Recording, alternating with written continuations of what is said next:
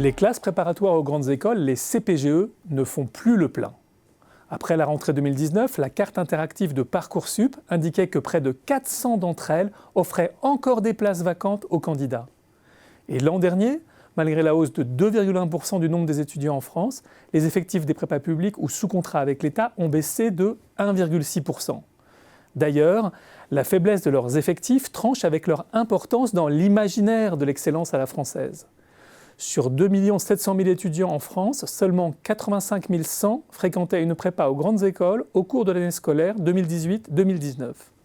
La décrue touche essentiellement les prépas aux écoles de commerce, dont les effectifs ont fondu de plus de 1000 élèves l'an dernier, tombant à moins de 19 000 élèves sur toute la France.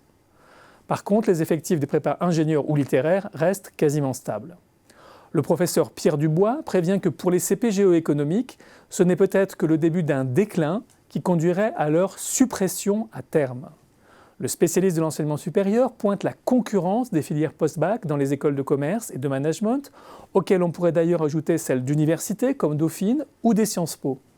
Et il ajoute que le développement accéléré de diplômes de bachelor en 3 ans pourrait donner le coup de grâce à la filière des classes prépa commerciales.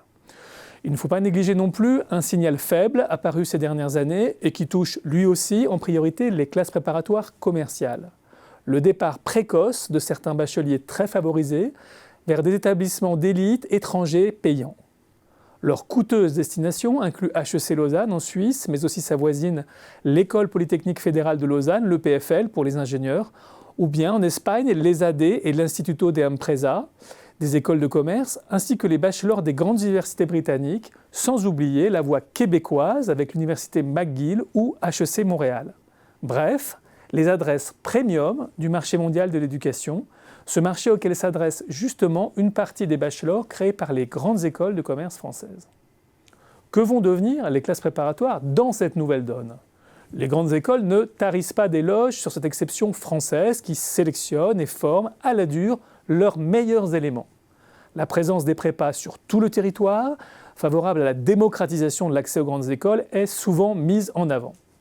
Mais il y a prépa et prépa. Prépa d'élite et prépa de proximité.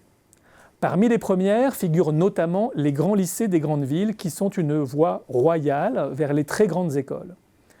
Totem de l'élitisme républicain, les classes préparatoires aux grandes écoles sont au total fréquentées pour plus de moitié par des enfants de cadres et professions intellectuelles supérieures. C'est la filière où ils sont le plus surreprésentés en premier cycle.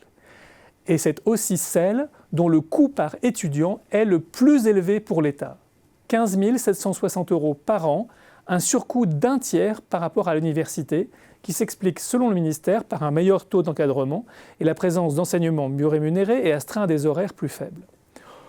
On peut s'interroger sur cet effort public, notamment dans le cas des classes prépa commerciales, qui permettent à un nombre d'élèves d'accéder à des grandes écoles privées, sans engagement de service à l'égard de l'État, et où ils devront payer des frais de scolarité avoisinant les 15 000 € par an.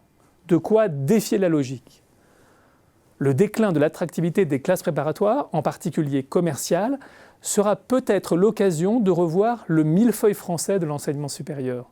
Les grandes écoles de commerce, par exemple, plutôt que de créer des bachelors, pourraient ouvrir leurs propres classes préparatoires intégrées aux besoins en commun, comme l'ont déjà fait par exemple les écoles de chimie de la Fédération Gay-Lussac. Les lycées pourraient ainsi mieux utiliser leurs ressources au service de l'enseignement supérieur sur tout le territoire.